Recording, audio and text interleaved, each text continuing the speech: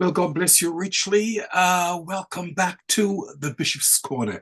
And of course, my name is Bishop Dr. Herbert N. Scott, the Chief Prelate of the Liberty Hall Cathedral of Praise, right here in the heart of Brooklyn.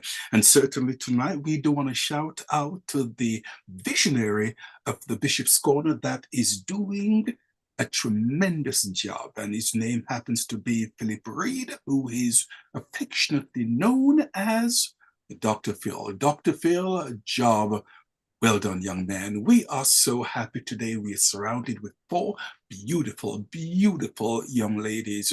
On a scale from 1 to 10, they are all a 20. Oh, yes, they are. And I want you to meet them. We are so blessed, honored to have the beautiful Kim the Giacomo that's with us. Can we make her feel welcome? Kim, certainly a pleasure, young lady, to have you on the Bishop's Corner. Next, we are blessed to have with us Sabrina Runbeck. Okay, can we make her feel welcome? Sabrina, it's indeed a pleasure to have you on the Bishop's Corner. Next, we are so happy to have with us Yasmin Akbar. Yasmin, certainly it's a pleasure to have you, young lady, on the Bishop's Corner. And next, we are blessed to have on the Bishop's Corner Nancy Stingen that's with us tonight. Can we make her feel welcome? Certainly, young lady, it's a pleasure to have you on the Bishop's Corner. Last but not anyway least, we are blessed to have Alicia Alexander that is with us tonight on the Bishop's Corner. And I am blessed. I don't know what I've done to deserve all of this. And I really have to shout out to Dr. Phil to tell him thank you for surrounding me with five beautiful young ladies. Oh, yes, number five. Five fingers, the thumb, that's the power finger. The pointing finger points you into your God-given destiny. Then be careful, you've got the middle finger. Oh, oops, the middle finger. Two on the right, two on the left. Protection. I pray that every one of you indeed will be protected. Then we have the ring finger. Okay, you know that special finger where the engagement ring, the wedding ring goes. But whether or not you have someone in your life, remember that the Almighty God, He watches over you. And then you've got the little finger, which is the gripping finger. I pray that anything and everything that you beautiful ladies put your hands to, it will indeed be a blessing. Well, enough of me. Let's get over now, okay, to the questions that I'll be putting to you, beautiful ladies. The main subject matter tonight is women in leadership. Maintaining a winning attitude, maintaining a winning attitude. And there was a particular quote by a gentleman by the name of Sir Winston Churchill, and I'm sure that you've all heard of him. He said, and I quote, "Success is not final. Failure is not fatal.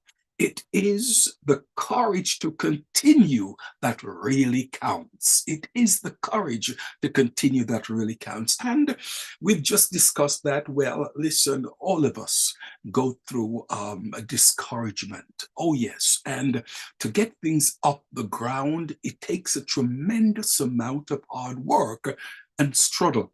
But the question for our consideration tonight, the first question is this: how do you maintain a winning attitude in the face of setbacks or challenges? And what strategies have helped you to cultivate such resilience? Let me say that again. How do you maintain a winning attitude in the face of setbacks or challenges? And what strategies have helped you cultivate such resilience? And let's put that question, first of all, to Kim. Kim, how say you? Hey, that's a great question. So what happens when I have a setback, I try to remind myself that they're only temporary. And those setbacks often are opportunities for me to grow and learn from. So, and I approach those challenges with like a solution oriented mindset. So, all right, I take a step back. Okay, why did this setback happen? How can I overcome this? and grow stronger from this and move forward in the right direction. So I see them as stepping stones. Nothing ever works out perfectly, right? So we're always, coming across obstacles in our way, and we're always finding ourselves, picking ourselves up. And I found that, I've had to do that many times, as I've said. And I'm not letting those things dictate my action. So just because I had that setback, I'm now allowing that to create those actions that I take next, right? So it's really, kind of really learning and experience and following those setbacks and saying, listen, that doesn't define me. That's not who I am. That's not, I'm not going to be here forever. Things are going to get better, and we're going to move on. So, and having a mindfulness practices. So mindfully tell yourself every day, this is what I need to do to overcome this. What do we have to do today to make sure that tomorrow's a better day? And I seek inspiration a lot of times from my mentors and role models who have overcome similar challenges that I have. Like I said, this is a tough industry. And, I've had many mentors along the way, and I've learned from their mistakes, and I've learned that, we all have to pave our own road. So even though those setbacks they're going to come, it's inevitable. So we just have to be prepared for that, know what's going to happen. And then the way we move forward from that is what's going to define us at that moment. So yeah. Kim, I hear you loudly and clearly, but let me ask you this question. Mm-hmm. Are there any challenges that are unique to women in leadership?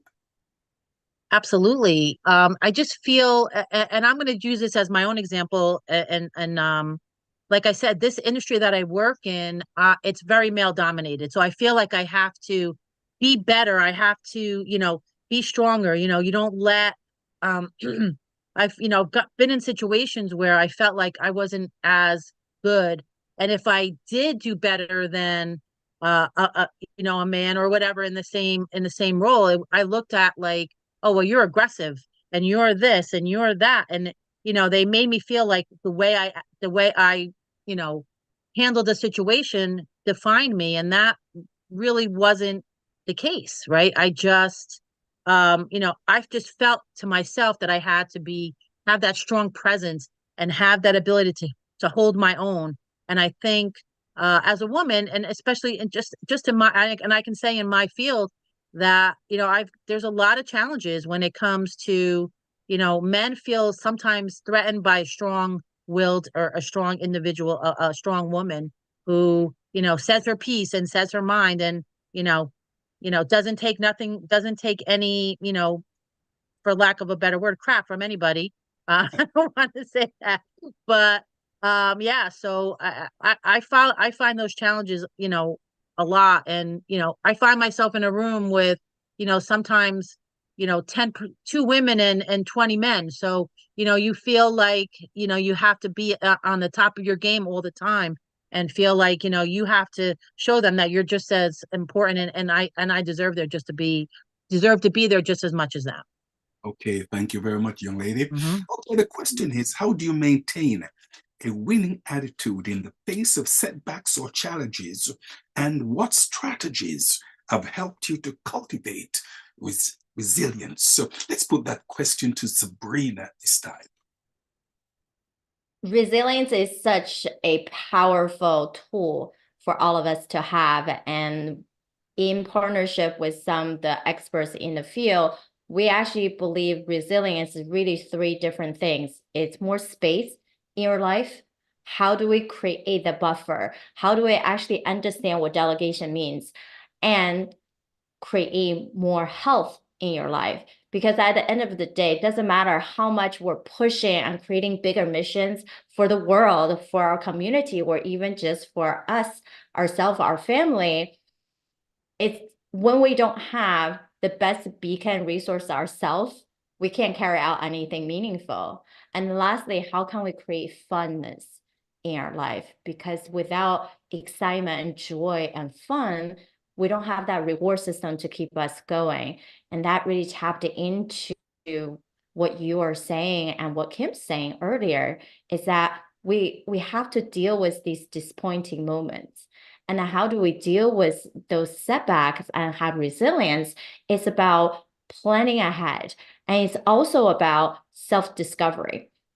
And when we think about self-discovery, especially in the higher leadership perspective, we believe that's a crucial element in how a company can be sustainable or it's going to crumble. Because no matter how much planning, strategizing thing you have in place, if the people are not doing it, if they don't have the self-motivation, they're not working well together, then everything crumbles. So we believe there's actually 4 different elements when it comes to have that peak performance person. And number 1 is actually tap into our spiritual side. What is the highest purpose? What are you meant to do on this planet? And what is the gift that you're truly born with to do what you're meant to do? And that discovery has to be very honest, vulnerable, and be able to receive that from yourself or others. And number 2 is, what is the ability that you can activate your gift right away and not actually spin the opposite? And that also means that's the physical part of who we're born with, and to be able to say, actually, now I have the tools to not only activate myself, but I can truly be in someone else's shoes to create the best influence, the best impact that I can be. And then it's about how can you not sabotaging your own success, right? Identifying those 10 sabotaging tendencies, we actually use positive intelligence to do that. And then lastly is, how can you level up and double down on your strength and not worry so much about your weakness? Because at the end of the day, if we worry too much about our weakness, we're actually not living in our desire zone, because everyone has different skill set, different strength. So when we actually all come together and leveraging each other's strength, we're harmonized and we're more balanced. And that's how we can tap into all of our resources to keep going and moving forward. And then at the end of the day, nothing is perfect. I believe we're not on the planet to be perfect and to have everything planned out to say that that's how happiness is success by the word, right? It's not really about failure. Failure is not fatal. It's actually taking the action simply to do. And then the more action we can have, that becomes competency. And that competency builds confidence. And that confidence gives us more power to act. Well said indeed, young lady. Question, when you started out, did you have a mentor? All of us need a mentor for sure. And I had a multiple different mentor for different area of my life. I had a mentor from my personal growth on how do we perceive things. And then I got through many different type of personal discovery. And then I had mentors on different business side, from marketing, branding, visibility. And then I also had a mentor on even just that thought process, because we understand business is built on actually 12 critical domains, right? Where Kim comes in with financial, Yasmin comes from the safety side, right? Like Nancy comes from that human relationship side. And there are actually multiple different sides of how we need to build a sustainable businesses. And then I end up looking for the right mentor that believe in me and I know I can learn from. And we're also in a collaborative environment together. So I think it's so crucial for all of us to find our mentor. And it's not just one person, because we're never going to know everything. We actually need subject matter experts in each area of our life and our business to help us move forward. Beautiful. Well said indeed. Thank you much. The question is, how do you maintain a winning attitude in the face of setbacks, challenges, and what strategies have helped you cultivate resilience? Let's put that same question to Yasmin. How say you? Hello, everyone. I think about my experience as a loan officer in the mortgage business. We'll take a first-time home buyer or someone refinancing. I think that's a little easier example. They're refinancing, we put the application through, and then the lender wants to deny them. They were just late on their mortgage payment. So, immediately the processors are like, oh, this loan is not going to go through. You can't be late on their mortgage. But I say, no, let's stop.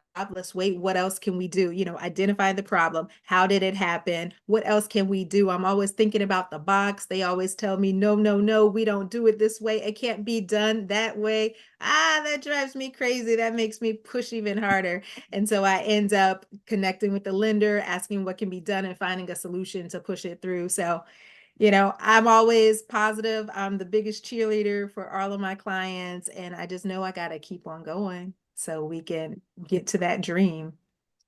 So we can get to that dream. The additional question I want to put to you, young ladies, is this. Are there any benefits in having women in leadership? Any benefits in having women in leadership? I think so, especially because we can bring that compassion. For me in my business, my old job where I used to be in management, I felt I had to be straight-laced, uptight all the time. With this role as a loan officer, my clients need to see me as human. They need me to see, they need to see me just like them, because I was once like them. I once dreamed of buying a house, but I didn't have any money. I said, hey, let's go through a housing program. I went that route. I cleaned up my credit. I had a 400 credit score. I cleaned up my credit and did what I had to do to find that first house. So I coined myself as every borrower because I've been through the gamut. I want to be a real estate investor. Figured out what I need to do. And, now I have my two properties, and I bought my dream home last year in Florida, this 9-bedroom vacation home that I rent out. So, I've been through all the different phases, and they need to see me as human and as real and not uptight. So yeah, I always bring that compassion and leadership and help them lead Well the said way. indeed. Well said. Thank you much. Question is, how do you maintain a winning attitude in the face of setbacks or challenges? And what strategies have helped you cultivate resilience? Let's put that now to Nancy. How say you? Okay, so we all face challenges and setbacks. And for myself, I work daily on maintaining that winning attitude. And some of the tools I use are accepting myself.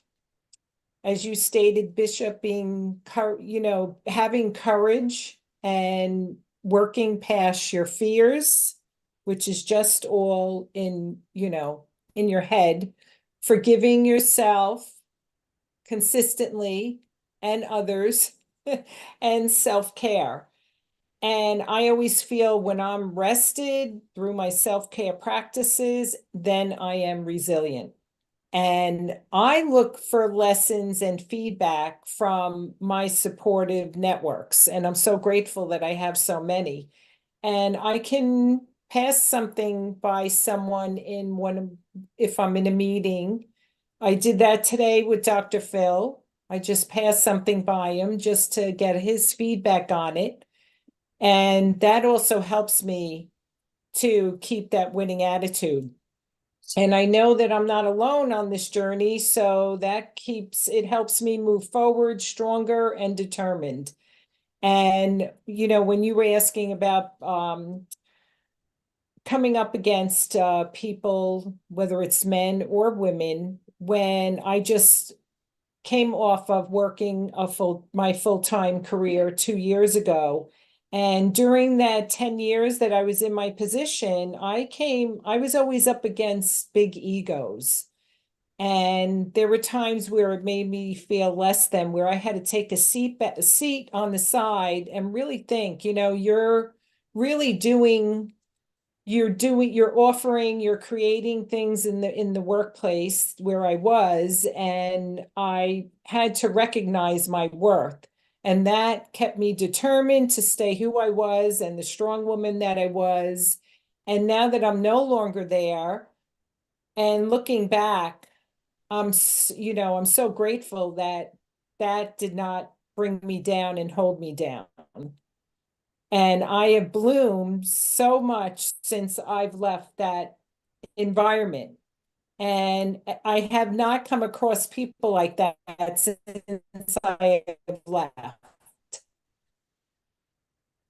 People accept me, I accept everyone, and it's, you know, it's strategies that you have to use to cultivate that resilience. Oh, yes. Thank you very, very much, young lady. Now, there's a question I want to put to you, Nancy, but a little later. Okay, this young lady has been waiting patiently, Alicia, and I can see that she does not know what the word stress means. I can see that on her face. She's so cool, calm, and collected. Let me ask you the same question, young lady. How do you maintain a winning attitude in the face of setbacks or challenges, and what strategies have helped you cultivate resilience? Good evening, Bishop. Thank you for asking me this question. For me, I have to say prayer.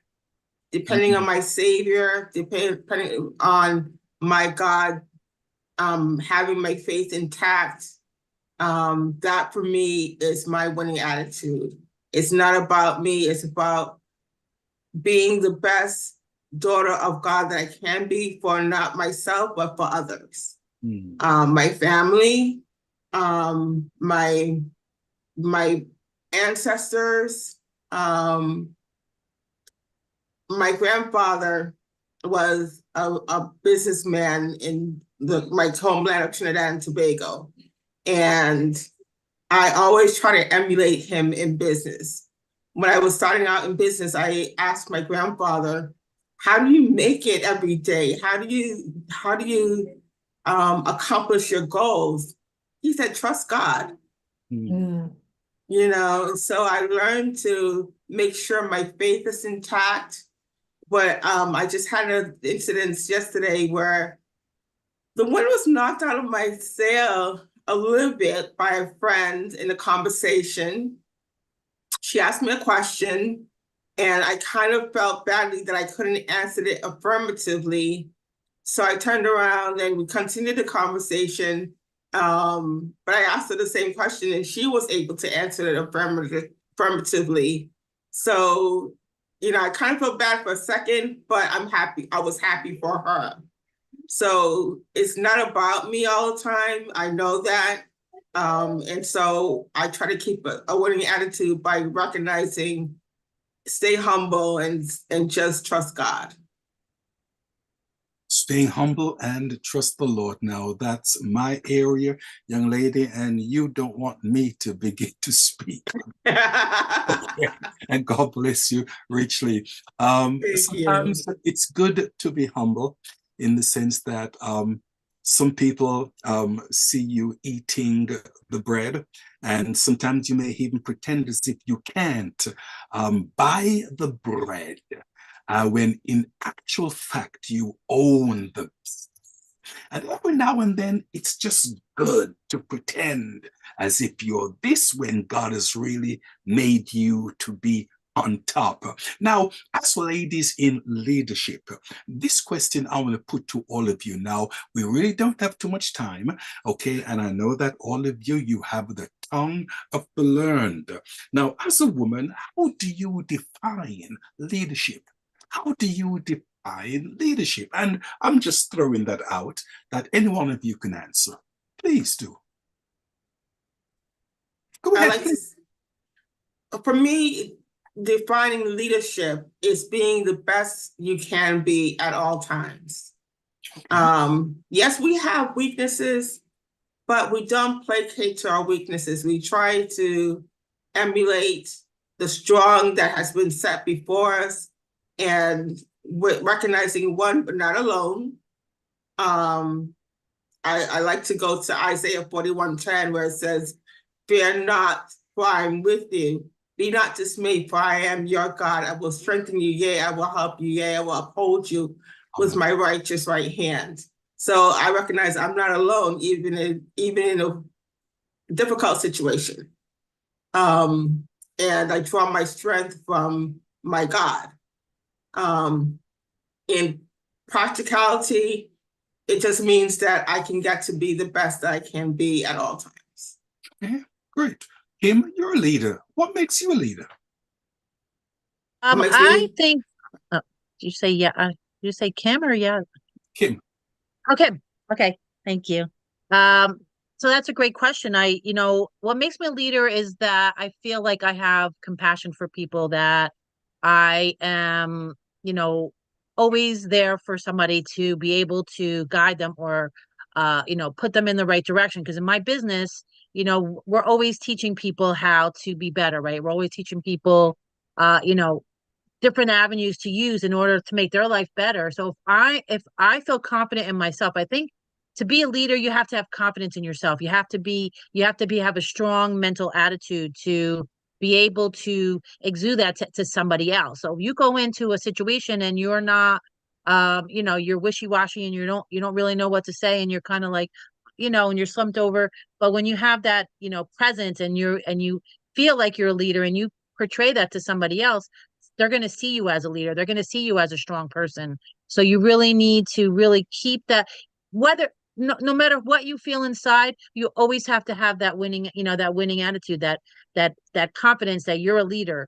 And to be a leader, I think, is, to really have compassion for people. I think that, when you are not always thinking about yourself and thinking about others, that makes you a good leader, right? That makes you, a compassionate person that people will look up to, and somebody that and people that would want to strive to be like you, or somebody that when you pose that question about somebody coming into the business being a younger person, and just starting out, if I show them that I'm a strong and I'm a accomplished person, they're going to want to kind of follow my lead and be that kind of a person, right? Because they like what they see. So having that kind of an attitude that you can portray to other people is extremely important. And I think that makes you a leader, and that not just in business, but in your personal life as well.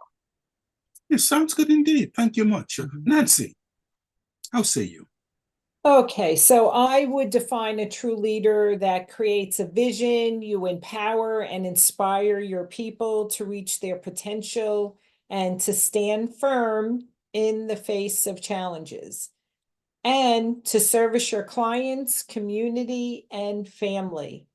And I defined myself as a leader in my family by setting example, being a good person, and just being there for them and supporting them in their challenges.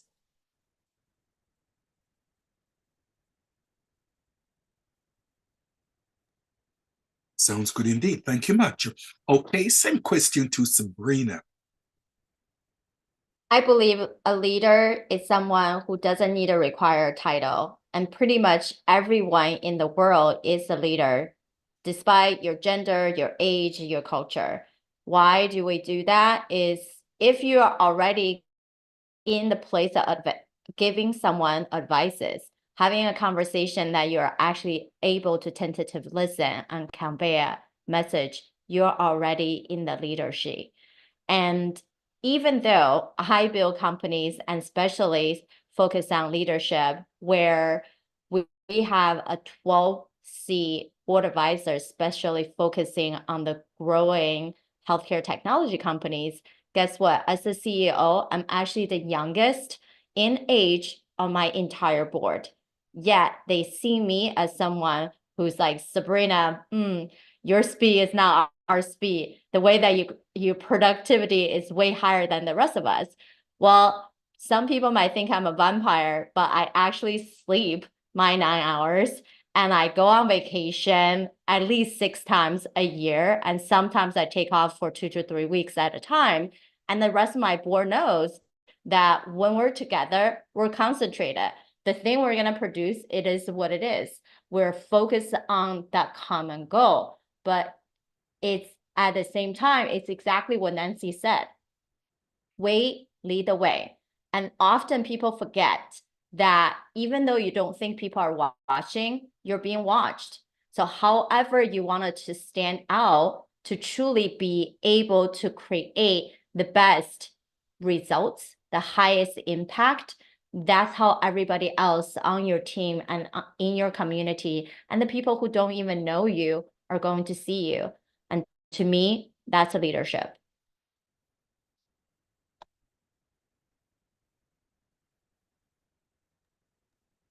Okay, fantastic. Thank you very much. Well said, young lady. Let's hear from Yasmin.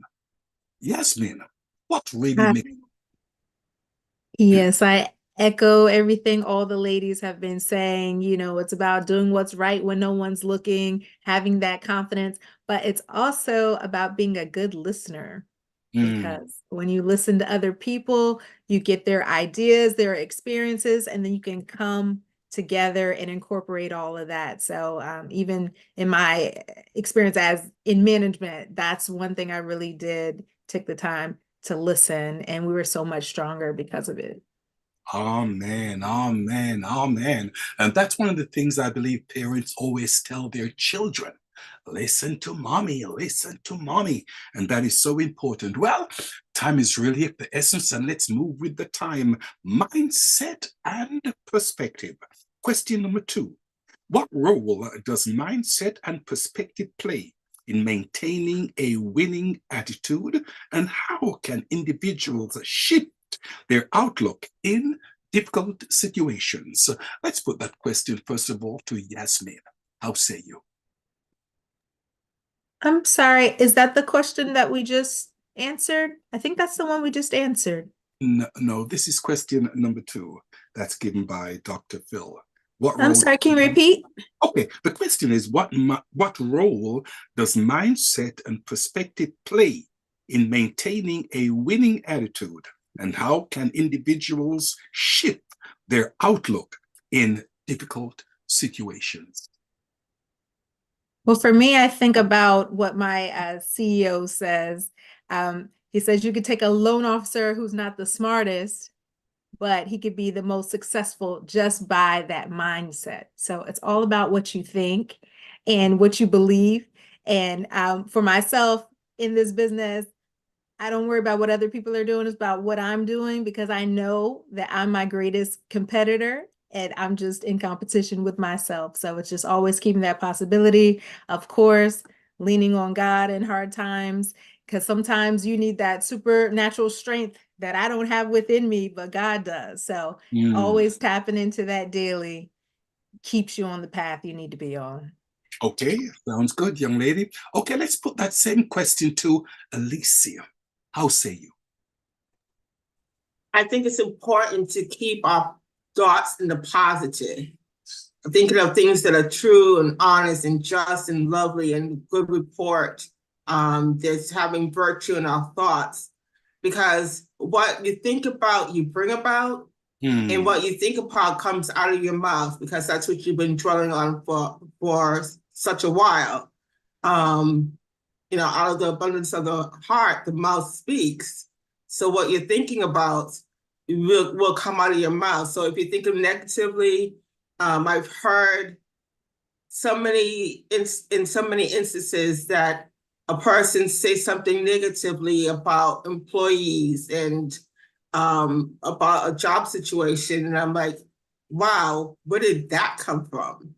You know, so in my realm of influence, I try to think of the things that will bring about success, you know, bring prosperity into the realm of action just by thinking about what's true.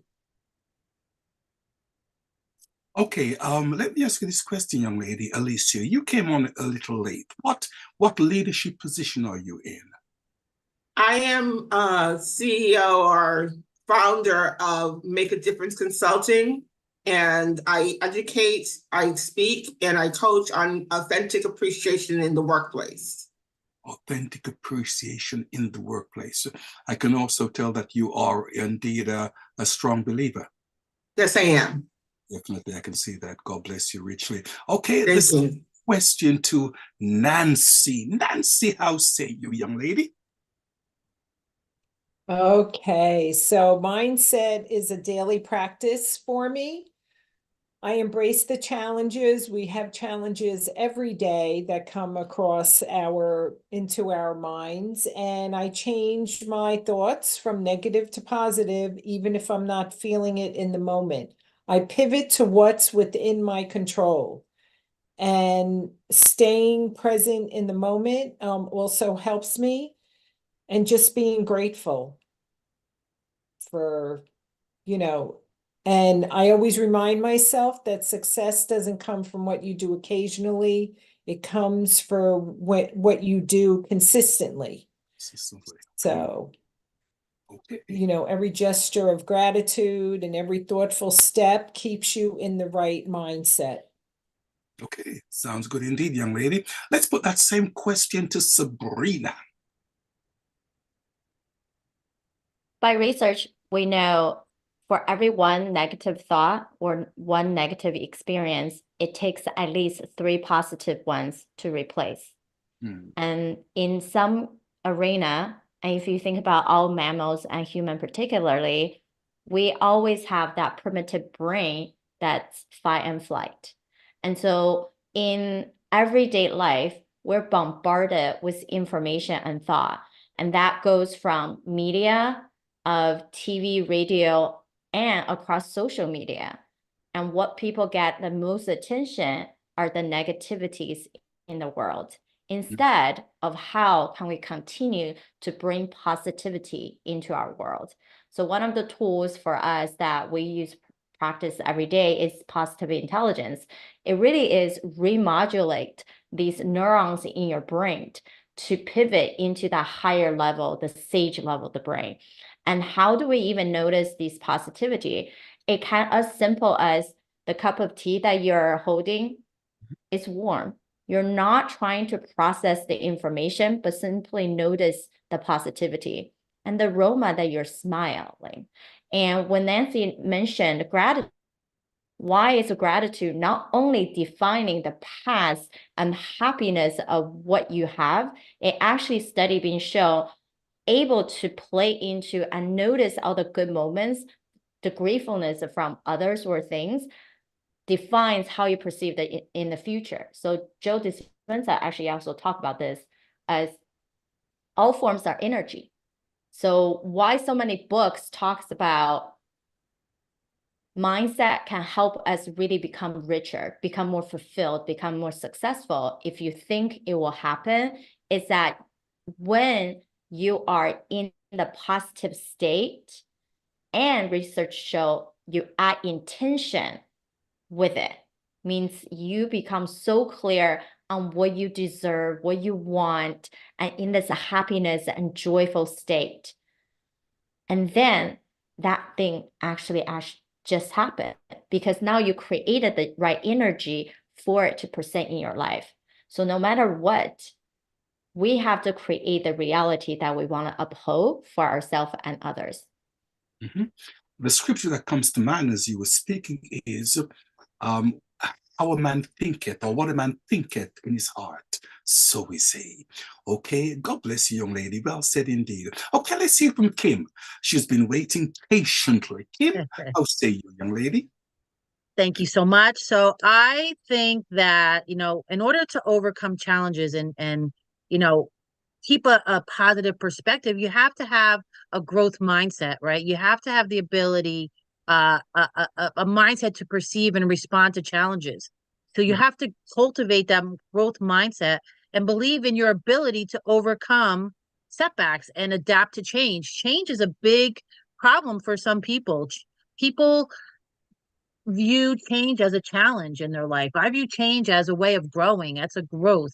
And so many people are afraid of change that they, hold themselves back because they can't get past that fear of changing their routine or changing how they do things, because they don't want to be perceived as, not achieving or winning at what they're trying to achieve, right? People don't like to lose, right? They want to always be positive, and I mean always be, what's the word I'm looking for? Always, they want to take the safe route, right? People don't want to take go out of their comfort zone in order to achieve a certain goal. But if you don't have that growth mindset, you're always going to be stuck. And yes, maybe you won't be faced with so many challenges, and maybe you won't be faced with setbacks. But if you don't take those steps, and if you don't take that, if you don't take and not be afraid, you're never going to grow, and you're never going to, achieve goals that you set for yourself. I think that, if you view challenge as an opportunity for growth, I think you're going to grow. If you choose setbacks as, oh my gosh, I'm not good enough, I can't do this, and you have all those negative thoughts in your mind, that's going to hold you back always, and you're never, never, ever going to move forward. So, you got to challenge your mind. You got to challenge yourself, and have that mindset that, listen, today I'm going to do something that's out of my comfort zone, right? I'm going to do something, whether I fail at it or not, it doesn't matter, but at least I tried, right? So, you have to engage in activities and things like that, I know on a daily basis, I try to do something that makes me happy. Maybe that's not, a business related, or maybe it's just I get up one day and I go outside and I get some fresh air, because that's going to clear my mind for the next thing that I'm doing. Because sometimes your mind gets so clouded by all the things that you have to do that it kind of holds you back from accomplishing certain things on a daily basis. So I think that, again, everything comes to mindset. Everything comes to having that ability to, have that growth mindset and be able to move forward. So many people are stuck in the past and stuck in, their everyday life, that they keep doing the same thing over and over again. The definition of insanity is doing the same thing and expecting a different outcome.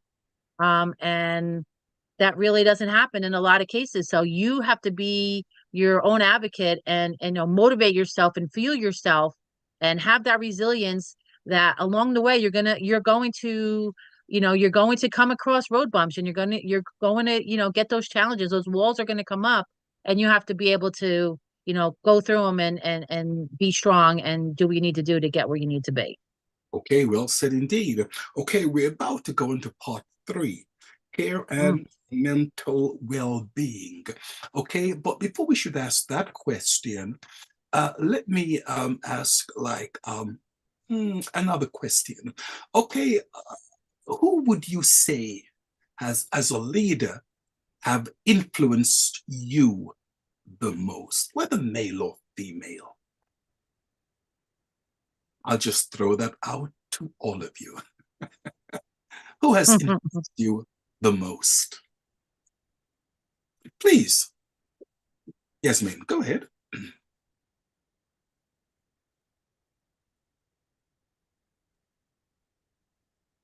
Hi, sorry about that. I was having technical difficulties. One of the people that has framed me the most is my late sister. She passed away when she was 27 years old, when I was in college. She started her life out with medical problems. She had a liver transplant when she was 16, and the doctor gave her 10 years to live. So she lived her life free, without any worry. She did whatever she wanted to do. She would travel out of the country by herself and make friends and party till the sun came out. And she spoke her mind. If someone did something wrong, she would tell you right on the spot. So that taught me how to be fearless. And, sometimes people say, what you're doing is crazy. Aren't you afraid? And she says, hey, I'm not going to live past 30. So I'm going to live my life. And so I remind myself of that, things that might get you down. We have one life to live, and tomorrow's not promised. So do what you can today to make it great. Amen. Let's hear from Nancy. Well said. Thank you. Okay, so I don't have a specific person. Growing up, I had a very dysfunctional childhood. And I've been on my own since I was 18 years old. My grandparents raised me. So I was always independent. I was always in survival mode. That's how I felt when I was in my teens, in my 20s. And I think who got me to where I am today and the woman I am today is God. I always had a guardian angel on my shoulder. I would be put in situations where I was blessed that I never fell into drugs. I didn't, I just survived. I was always pulled from an environment that I may have been in, that I could have fallen into bad times and become a different type of woman. And I think the Lord just made me who I am today, which I am a strong woman, and I'm blessed for it. Mm. And that's the first thing in the morning that I wake up. And so it wasn't any specific person. Okay, beautiful. But I'm sure that God played a great part, definitely. Okay, same question to Alicia. I would have to say my maternal grandfather and my maternal grandmother were strong influences in my life. My paternal grandmother as well, because I remember going through a situation in my marriage where I was really distraught. And she said, Alicia, this is our Bible. I want you to trust God and just lean on him. Read your Bible. I said, okay, Grandma. I mean, I spoke about my grandfather earlier being a strong businessman in my country of Trinidad and Tobago. And I always wanted to follow in his footsteps.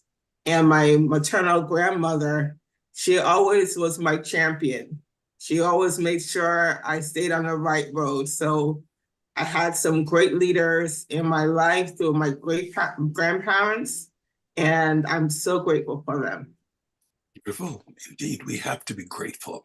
Kim, how say you, young lady? Without a doubt, it's my dad. He taught me work ethic. He taught me how to be a strong individual. He taught me how important family is.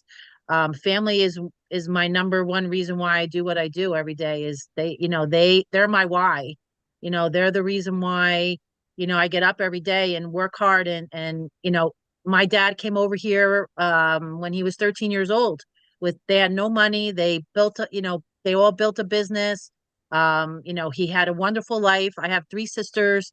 And he taught us all to be strong individual women. We didn't, he was in a house full of women.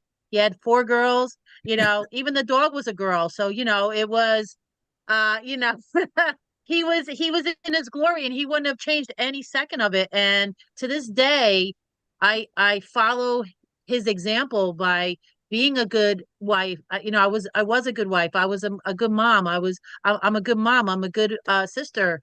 I'm a good, good daughter.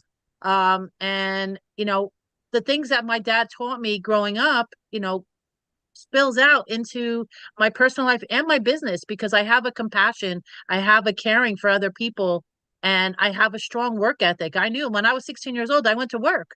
I had a job at 16 years old, and I've worked ever since. And, I always knew that if I wanted something in life, I had to work hard for it. And I know that that ethic has stayed with me forever. And, I lost my dad at a young age. He was, he was 57 years old when he passed, and I miss him every day. And it's but I'll never forget the things that he taught me when he was here. And in the short time that he was here, I learned so much, and I follow those virtues that he gave us every single day of my life. And I thank him for that every day. And I couldn't have asked for a better mentor. That of all the people in my life, he was the best. And I strive to be just as good as him. Amen. Amen. Well said indeed, young lady. Okay, let's see from Sabrina. I also was fortunate to have a whole family who are leaders in different capacities, whether it is from business to policy to education. That really helped me to reshape who I am. And my mom definitely is one of those strong women who had been college professor, change a career, go into business herself, and then really is someone who also has been in the financial industry and bookkeeping, and have a large client base herself, and be able to continue to go from there. So I learned my independence from her. Yet at the same time, my own personal journey, I had many, many different mentors that are close to me. I believe really is about learning from everyone, and all the way from these bigger giants who are Brendon Burchard's, Darren Hardy, people who has built $1 million companies, who advise those people, and to the people that I encounter every day, that when you're just that open to see what's going on and what is that relationship can be, I truly believe in win-win situation. Really is mean I can learn from everybody who I encounter. At the same time, I can give something back as well. Beautiful, well said indeed. Okay, now we only have approximately 7 minutes left. It's going to be hard really to do justice to the third question, but let's just impinge on it for a few minutes. The question is, how important is self-care and mental well-being in sustaining a positive attitude? And what practices do you prioritize to maintain balance and resilience? Let's put that first of all to Nancy. How say you, young lady? Okay, thank you. So my practices are non-negotiable. So my self-care practices are not luxury things to me, and my practices start with prayer, exercise, massage, meditation, and just listening to my body and taking care of myself when I need to. And from the moment I open my eyes, giving thanks for another day to the end of the day, those are my practices. Thank you And much. thank you for having me here tonight. I am so grateful for meeting these amazing women, Bishop. Thank you. My pleasure indeed, young lady. Let's hear from Sabrina. So many. And for me, it's actually, for someone who work at how fast I produce things, I actually like to have the moment to do nothing and be okay to allow myself to do that. Where the goal is always one day out of the week, I can just simply allow myself to not do anything and be okay to say, even though I have the time to clean up the house and whatnot, I rather hire a maid to come because I'm supporting the community while I can actually enjoy some of my own time. And to be okay to say, I'm planning my dates off in advance to travel, to explore, and that become non-negotiable. And when I'm on vacation, I will only check my email 1 hour per day. That's it. I am not going to be constrained by the to-dos that will never be ending when you're entrepreneurs. Yep. Well said indeed. Okay, let's hear from Kim. Kim, how say you? So again, if you don't feel good about yourself, people are going to see that, and they're going to know that, and they're going to feel that vibe from you. So, when I'm having a rough day and I know that, I need to change my mindset, I'll go outside, take a walk. I love being outside. I love the outdoors. I love to travel. So if I need a couple of days, I'll just take off and take a couple of days just to recharge the batteries. I love exploring new places, exercising, meditation. I try to do meditation.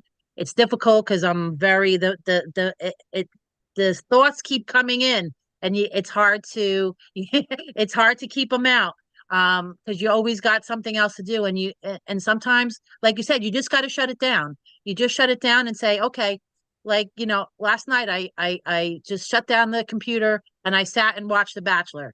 Some inane, some show that had no meaning, had no, it's stupid TV, but you know what? I didn't think about work for that hour that I was watching it, and I got to look at a good-looking guy and laugh laugh. So it was so just little things. It just takes little things like getting a massage, or just getting up and moving around and getting some fresh air, and doing things for yourself.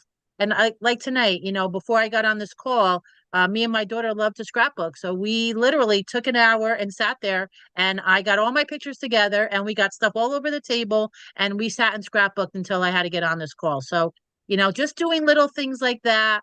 And, you know, I'm telling you, seeing a picture like that I haven't seen in years just brings back memories, and it kind of clears your mind, and you're like, you go back to a time when things were easier, you know, and things were, you know, different. And so yeah, that's what I do. So yeah. Fantastic. Beautiful. Okay, Mhm. let's see Alicia. In a nutshell. Thank you, Bishop. For me, the bottom line is to be able to rest when I need to. Every day between 1 and 3, I schedule my siesta. And if I miss my siesta, I take a nap, and I apologize to you all because that's what I was doing prior to coming on the call. I took a nap from about 6:30 to about 10 minutes of 8, and I got up and I'm like, okay, I gotta be ready for 8:30 because I read the message wrong. But I'm here and I'm grateful to be here. So thank you very much. Beautiful. Thank you much. Okay, Yasmin. Yes, I'm a firm believer in naps. I don't care if it's 10 minutes. When you get it in, you feel amazing. What I'm into is a lot of what the other ladies are into. For me, big thing is physical fitness, but I love to switch it up. Right now I have a personal trainer that I do via Zoom, which is awesome. I did a couple years dancing. I did a few years boxing, yoga, hiking. So keeping it fresh. That's what I like to do.